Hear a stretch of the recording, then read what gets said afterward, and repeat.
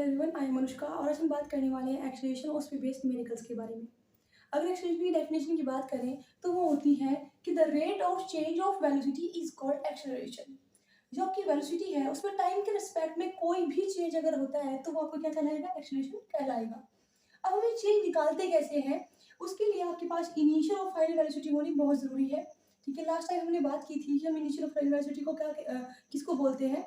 आप लास्ट वाली वीडियो देख सकते हैं। अब उसके लिए सपोज करिए आपके पास कोई बॉडी है, उसकी जो इनिशियल वेलोसिटी है वो 10 मीटर पर सेकंड की स्पीड से चल रही है।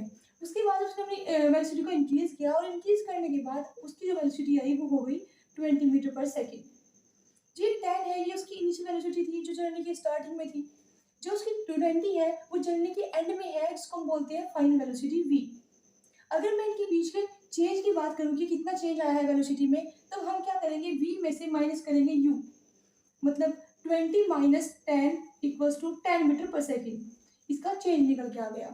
अगर ये चेंज हम टाइम के रिस्पेक्ट में निकालें और उसको बोलते हैं फिर हम एक्सेलरेशन। ये आपके एक्सेलरेशन हो गया। अब हम बात करते हैं इसकी यूनिट के बारे में। जो हमारा एक्सेलरेशन है उसकी हम यूनिट कैसे निकालेंगे? ऊपर हमारी वेलोसिटी है और वेलोसिटी की यूनिट आपको पता है क्या होती है? मीटर पर सेकेंड होती है।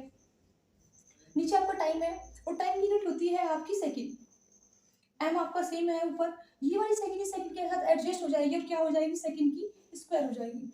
ये आपके एक्सेलरेशन की यूनिट निकल गई, मीटर पर सेकेंड स्क्वायर। अब हम बात करने वाले हैं एक्सेलरेशन पे बेस्ड न्यूमेरिकल्स के बारे में। जो हमारा फर्स्ट न्यूमेरिकल है वो है कि starting from a stationary position Rahul pedals his bicycle to attain a velocity of 6 metre per second in 30 second.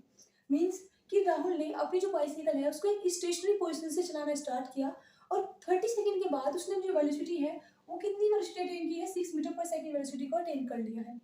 जब वो स्टार्टिंग में उसने अपनी बाइसिकल को चलाना स्टार्ट किया था तो वो एक स्टेशनरी पोजीशन से किया था। मीन्स जो उसकी इनिशियल वेलोसिटी है वो हो गई हमारी 0।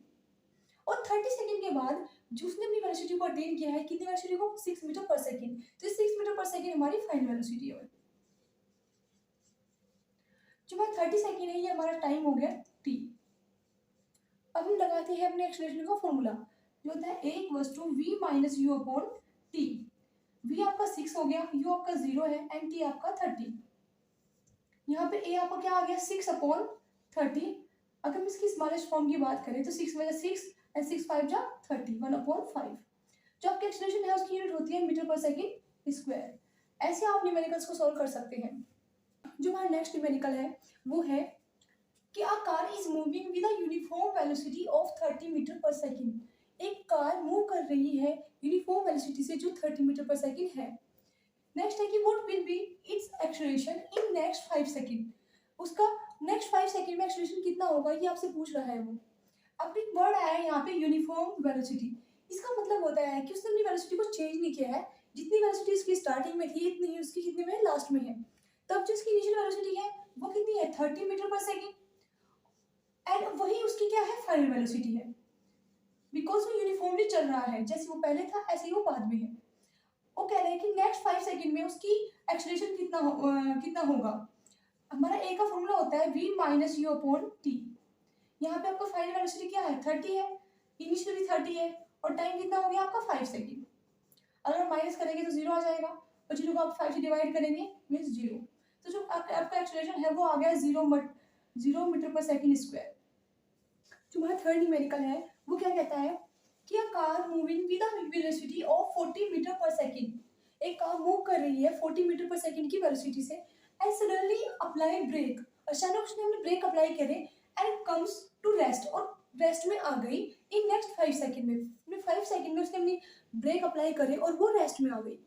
तो हम यहाँ देख सकते हैं कि जो आपकी कार है जो उसने अपनी मूव करना स्टार्ट किया था, चलना स्टार्ट किया था, तो उसकी वेलोसिटी कितनी थी? 40 मीटर पर सेकेंड थी।